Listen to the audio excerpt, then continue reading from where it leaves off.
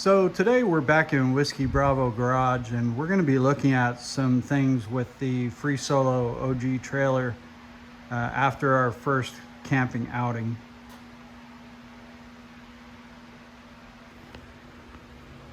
One of the first things that I experienced during our first camping outing was that we had run the trailer lights and I recharged a camera, and I think my wife had recharged a phone or an iPad or an iWatch, I can't remember. But regardless, the next morning we were basically out of power. Now, the OG trailer, when we bought it, it came with this battery right here. This is an Interstate dual purpose battery. It's only rated at 64 amp hours. And I don't know if the battery is bad or if we just use that much power out of it in that short of a time, running the little bit of LED lighting and charging a couple little devices. I don't know. I don't have a lot of experience with it, so I really don't know what to say about it. But I am going to replace that battery. It's a dual purpose battery. I don't really understand why you would need a battery capable of cranking, like cranking an engine over on a trailer. But that's what the trailer came with, and I'm just really not satisfied with it. So I ended up buying this new battery. This is an AGM. It's a 105 amp hour AGM 12 volt full river battery. So this is going to be one of the first upgrades that we do, is replacing the original battery with this Group 27 full RV battery, or full river battery. I think this is going to be a lot better for what I want to do with the trailer. So that's pretty much where I'm going to start. And regarding the battery drain issue, one of the things that I was pretty disappointed with the trailer itself was the fact that there's no way to know what your charge level is on the battery or how much of it you're using. It does have this converter, inverter, built in, and that's great. But the problem is, like, you have no idea how much energy you have in your battery to begin with. And even as you're running an LED light, like the interior lighting, there's no way of knowing how much battery power you have left. So for the price of a battery monitor, I'm pretty disappointed that the trailer doesn't have something built in to at least show you what your charge level is on your trailer battery. They're not that expensive. That's going to be one of the first upgrades, along with replacing the battery itself, is getting a battery monitor inside the trailer so that we can see what our battery usage is. So here's the battery voltage monitor that I installed. It's pretty small. It's only probably about maybe 2.5 to 3 inches by about 1.5 inches high. And then right next to it is a 12 volt accessory plug with a little, it's hard to see, but there wasn't one of those inside, so I just went ahead and put it inside. And there's the battery voltage monitor. So what I'm working on right now is relocating the propane tank from where it originally sat, which was right here across the tongue, to back on the rack. The reason why I'm doing that is because with the Jeep, when you try to open the door, when you have the trailer attached, as you can see right there is where the tank was, so the door would have hit. You could only get the door open about 1/3 of the way. So that just wasn't working out. But by moving it back to the rack, it's going to have more than adequate clearance for me to open and close this door. So that's a project for today. I got started a little bit late filming it. All I did was I unbolted it from its original location right here and just basically relocated it. I'm bolting it down to one bolt in the center down to the frame rail, and then the other two will be bolted to the tray. The tray is bolted to the frame rail. It's a pretty beefy tray actually, so I don't think we're gonna have any issues with the tank not being stable or anything like that. And then all I have to do is reattach the regulator All I have to do is reattach the regulator to its location up here with the screws that it came with. So yeah, got started filming a little bit late, but that's the project for this morning. And then after that, we're gonna mount the new battery. I have a new battery box right there, along with that Full River 105 amp hour AGM battery. Those are gonna get mounted up here on the tray as well. I just need to see what the best location is gonna be for those. Also so that the door can open on the Jeep. So yeah, let me get back to work and we'll finish up.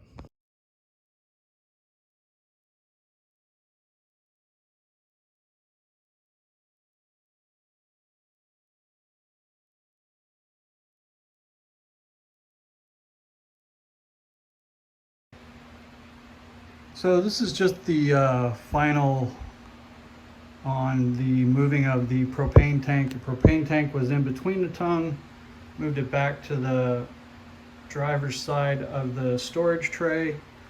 That's our chemical toilet in the middle, and then this is the new battery box. It's a metal battery box with the AGM battery on the left side. This is gonna allow me to open the rear tailgate of the Jeep a little bit easier than when the propane tank was right behind the tongue jack there. That's an E-up adapter on the tongue jack. So when the trailer's connected to the Jeep, I can actually take that entire jack stand out and the Jeep door will swing over top of the frame basically. So that's the end result on that. Something else that I wanted to talk about was this folding queen size bed that we have. The OG trailer comes with two rectangular, like 2 or 3 inch thick cots. I really didn't care for them. I didn't think they were going to be that comfortable. I didn't try them, but I just didn't think they were going to be that comfortable. So we had found this folding queen size mattress on Amazon, and this works out really good for us. It folds into almost like a futon sofa. So if we wanted to, we could kind of get up in the trailer and sit in here just to get out of the weather. The one night that we were camping, a storm had rolled in and we were almost at 9,000 feet. So it got windy and it got down into the low 40s, I'd say, especially with the wind chill factor. So we ended up just getting into the trailer and just hanging out in the trailer a lot earlier than what we had wanted to. So having this foldable futon sofa slash queen size mattress is really nice. And the FreeSolo OG trailer has storage underneath the floor, and that's not really an issue. This mattress is easy enough to just slide from one side or the other, and it only takes up about, you know, half of the floor space. It's hard to get out away far enough, but it only takes up about half of the floor space. So if I need to get something from either side, I just slide the mattress over to the opposite side and get into the floor and get whatever I need to get.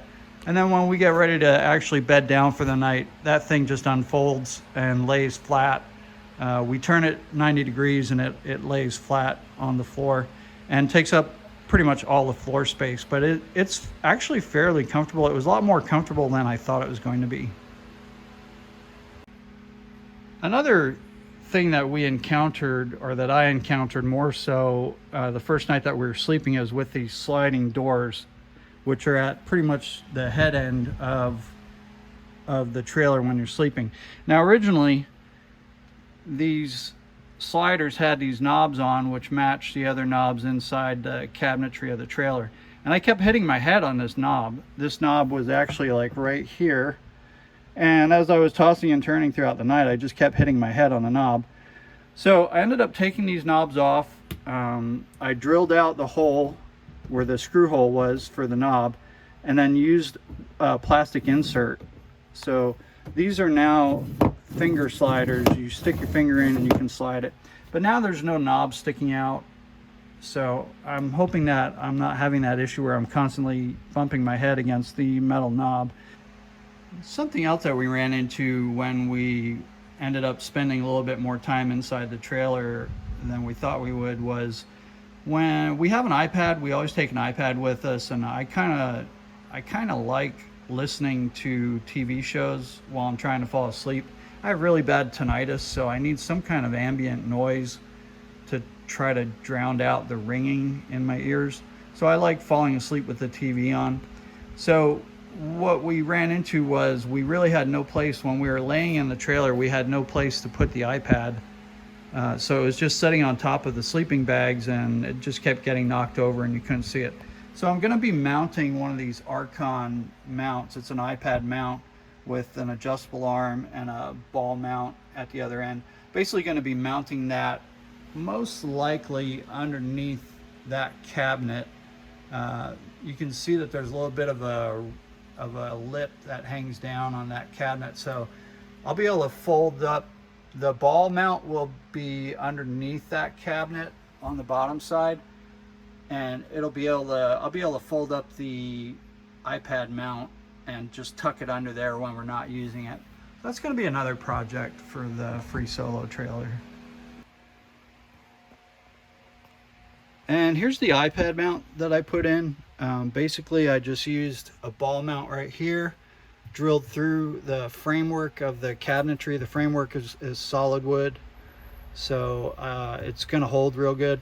So I just drilled through here, bolted it on the inside of the cabinet, and then this is Archon iPad mount. So basically we can mount that iPad on here, and with the adjustments on both sides of the arm, we can pretty much move this wherever we want to, wherever it's more comfortable, whether we're sitting in here or if we're laying down.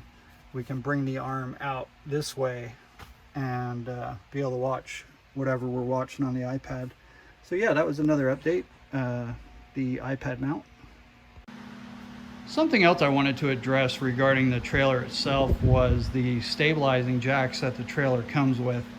Now you'll see here that in a previous video I had actually showed where I had made this new, it's kind of like a skid plate bumper out of rectangular steel tubing, and I did that so that if I would, if I drag the bottom of the trailer, it's not going to drag against the trailer frame. It'll drag against the bottom of this kind of skid plate bumper that I made, and I don't really care if it drags against that. That's fine. At least it's not going to be tearing the trailer up. And when I made that new bumper, I used these Curt pipe mount leveling jacks, and basically just welded the pipe mount onto the end of the bumper skid plate that I made. So now I can just put these Curt leveling jacks on and run my pin down through, and then go ahead and level the trailer. I think these Curt trailer jacks are way nicer than what the OG came with. The ones that the FreeSolo came with, they hung down a little bit, which concerned me because of where I take the trailer, or where I plan on taking the trailer.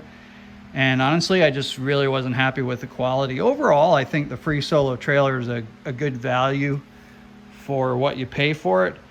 But that's just my personality. I kind of want to change some things and really make them where I feel are going to be a lot more functional and a lot more reliable.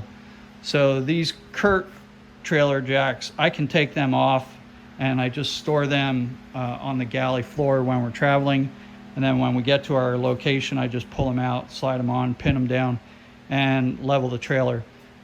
These made it a lot easier to level the trailer in one of the spots that we had camped at, because the ground was fairly uneven.